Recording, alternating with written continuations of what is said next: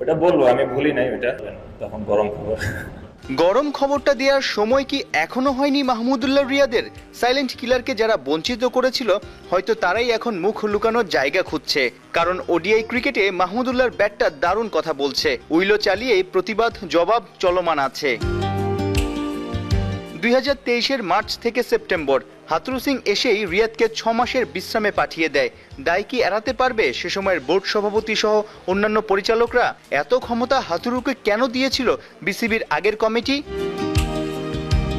সেই রিয়াদকেই ওয়ানডে বিশ্বকাপে ফেরাতে বাধ্য হয় বাংলাদেশ ক্রিকেট বোর্ড। ভারতের ওয়ার্ল্ড কাপে টাইগারদের পক্ষে সবচেয়ে বেশি রান করে তখনই জবাবটা দিয়েছেন দেশের সবচেয়ে অভিজ্ঞ এই ক্রিকেটার। বছর ঘুরেছে, যেন রিয়াদের ধার আরও বেড়েছে। ক্যারিবিয়ানে 3 ওয়ানডেতেই মাহমুদুল্লাহ শো চলেছে। 39 বছর বয়সী রিয়াদের ফিটনেস, ফর্ম, টাইমিং সব ইমরুল কায়েসকে মুগ্ধ করেছে। যে সিচুয়েশনে যেভাবে খেলার দরকার দলের জন্য ওইভাবে খেলে যাচ্ছে। মানে খুবই ভালো ব্যাটিং করছে আলহামদুলিল্লাহ। উনি 4টা পর আপনারা দেখলেন যে 50 করেছে, একটা অলমোস্ট 100 করতে মানে 98 আউট হয়ে নট আউট ছিল।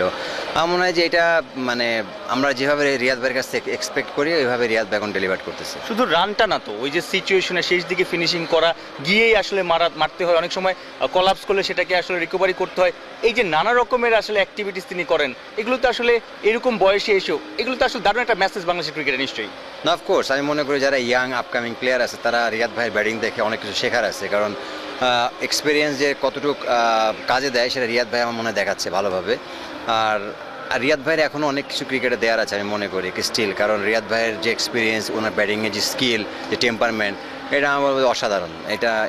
এটা অনেক প্লেয়ারের শেখার আছে।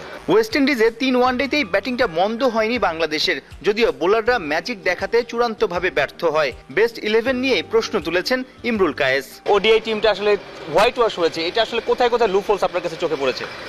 দেখুন, আমার মনে হয়েছে যে ফার্স্টের 2টা ওয়ানডেতে আমরা নাসুমকে মিস করেছি, নাসুমের বোলিংটা, কারণ মানে ওয়েস্ট ইন্ডিয়ানরা সবসময় লেফট হ্যান্ড স্পিনে খুব একটা ভালো খেলে না, এবং উইকেটটা বেশি ভালো ছিল আমার কাছে মনে হয়। 3টা ওডিয়াতে ভালো উইকেট ছিল।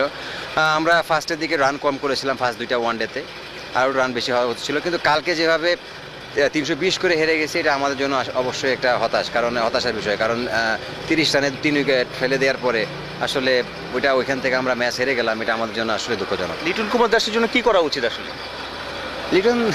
লিটনের মধ্যে খেলে যাচ্ছে, চেষ্টা করে যাচ্ছে, হবে আস্তে আস্তে, সমস্যা নেই। আপনার লুপহোলস চোখে পড়েছে, তার কেন রান পাচ্ছে না, কোথায় সমস্যা, নাকি রেস্ট দরকার? এটা ব্যাটিং কোচ দেখবে।